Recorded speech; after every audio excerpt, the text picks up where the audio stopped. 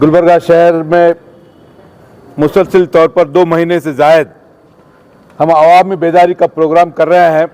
अवाम तक पहुंचकर अवाम की राय जानने की कोशिश कर रहे हैं और अवाम में ये जो मिल्लत के सामने जो मुसलसिल तौर पर हमले हो रहे हैं, उन मामलात को आपके बीच में रखने की एक छोटी सी पहल कर रहे हैं।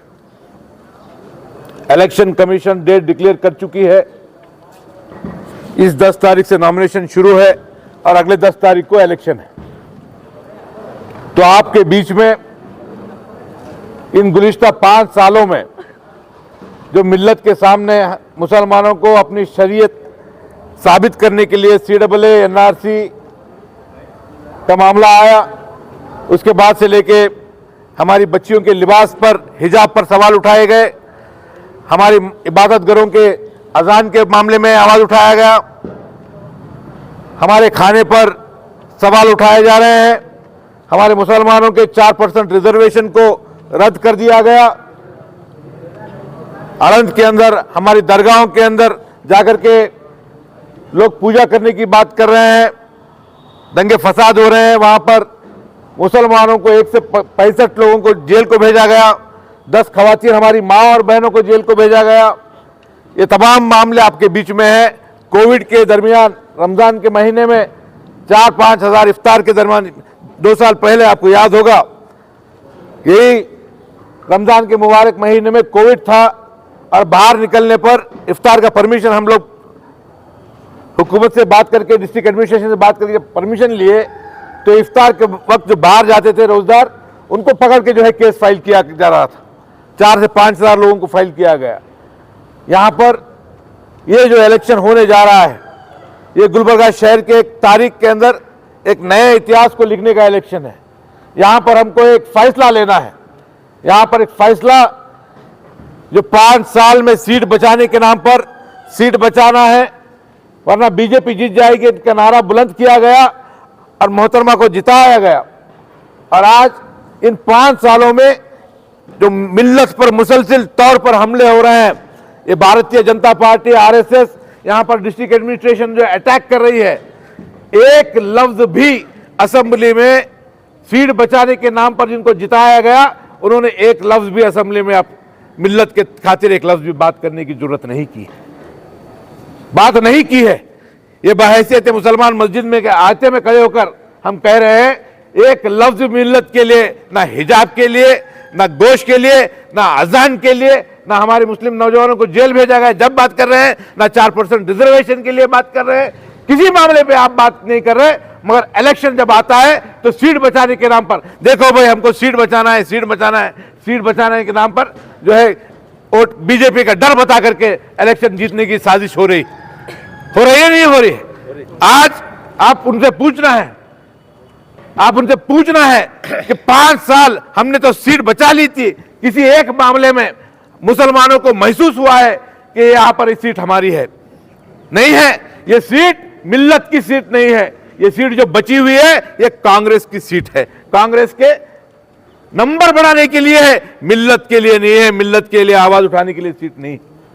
ये जो इलेक्शन हम जो आगे आने वाले 10 तारीख को वोटिंग करना है, ये सीट पर आपका फैसला ऐसा होना है कि आपको महसूस होगा इंशाअल्लाह ताला कि ये सीट मिल्लत की आवाज बन सकती है, ये सीट मुसलमानों की आवाज बन सकती है।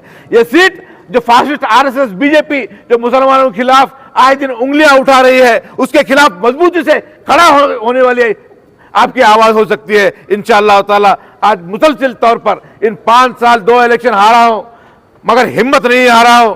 जब भी मिल्लत के खिलाफ जो भी मामला आ रहे हैं, आपका ये भाई बेबाकी से आगे बढ़ के लड़ रहा है। लड़ रहा हूं कि नहीं लड़ रहा हूं? NRC के अंदर लड़ रहा हूं, अड़ंद के मामले के अंदर जाकर के लोगों को मैयत को खांदा दे करके दफनाने का काम कर रहा हूं, तमाम लोगों को जेल से बाहर निकालने के लिए पहल कर रहा हूं। कोविड के अंदर हिंदुस्तान में कोई एहतजाज नहीं किया, मुसलमानों के गाड़ियां गिरफ्तार हो रहे हैं, बस स्टैंड के सामने बैठ करके एहतजाज कर रहा हूं। 4% रिजर्वेशन के सबसे पहले आवाज उठा रहा हूं। हिजाब के लिए कर्नाटका में सबसे पहले आवाज उठाने वाला मैं हूं।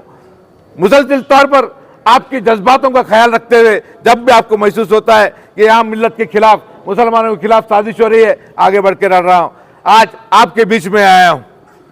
आपसे पूछने आया हूं, आपका ये भाई आपके बीच में रहकर शिकस्त होने के बावजूद आपके लिए लड़ता आया है। लड़ते आ रहा हूं नहीं आ रहा हूं मैं आपसे इंसाफ मांगने के लिए आया हूं कि आज ऐसे हालात में जब मुसलसल तौर पर मिल्लत के खिलाफ उंगलियां उठ रहे हैं, मिल्लत को सेकंड कैटेगरी सिटीजन साबित करने की कोशिश की जा रही है, मुसलमानों को कमजोर बताने की कोशिश की जा रही है। हम तो जवानी हो गई है, ये नौजवान बच्चे जिनके यहां पर उनका मुस्तकबिल का मामला है, हम बर्दाश्त करते आ रहे हैं। ऐसा कमजोरी में हो रहे हैं। सीट बचाना है, सीट बचाना है, सीट बचाना अहम नहीं है। आज ये फाशिस्ट ताकतों के आंख में आंख डाल करके उनको मुंह तोड़ जवाब देने की जरूरत है। आज ये हम नौजवान नस्ल को सर उठा करके आंखों में हिम्मत के साथ आगे बढ़ने की जरूरत है। हमको मुस्तकबिल के लिए हमें लड़ना है। आज पुलिस महकमे की जरूरत हो गई है। 200 300 लोगों को रोजगार बंडियों वालों को निकाल के फेंक रहे हैं। उलमाए कराम को मार पीटा जा रहा है रमजान के महीने में। एमएलए के रिश्तेदारों को मारा जा रहा है, एक केस नहीं हो रहा है। भाइयों, मैं आपसे पूछने आया हूं, एक गलती आप अगर करते हैं तो आगे आने वाले 10 15 20 साल तक हमको उसका खामियाजा भुगतना होगा। फलों ने खता की और सदियों ने सजा पाई। ये इलेक्शन एक तारीखी इलेक्शन है। ये इलेक्शन हर मुसलमान का इलेक्शन है, हर सेकुलर हिंदू भाई का इलेक्शन है। हमको फैसला करना है कि इस गुलबर्गा शहर के अंदर हिंदू मुस्लिम इत्तेहाद को कायम भी करना है और साथ ही साथ मुसलमान कमजोर नहीं है इसको साबित भी करना है। करना है नहीं करना है? यहां पर मैं आपसे इजाजत लेने के लिए आया हूं। आप अगर सब लोग मिलकर मेरा साथ देंगे तो इंशाअल्लाह ताला आगे इलेक्शन में भी लड़ूंगा। जब तक जिंदा हो आपकी आवाज बनकर ऐवान के अंदर इन फासिस्ट ताकतों का मुंह तोड़ जवाब देने का काम आपका भाई करेगा। आगे बढ़ो भाई, इतने कमजोर आवाज में होने वाला नहीं है। पुलिस कमिश्नर ऑफिस में जाकर 144 को तोड़कर लड़ रहा हूं आपके लिए। मैं गुलबर्गा बंद करने के लिए पुलिस महकमे से पका ले रहा हूं। मैं आपके लिए हर कुर्बानी आपके लिए दे रहा हूं। हिंदुस्तान में कोई एहतजाज नहीं कर रहा है। रमजान के महीने में कोविड के अंदर एहतजाज कर रहा हूं, केस डाल ले रहा हूं। आपसे इंसाफ मांगने के लिए आया। आप मेरा इंसाफ करेंगे?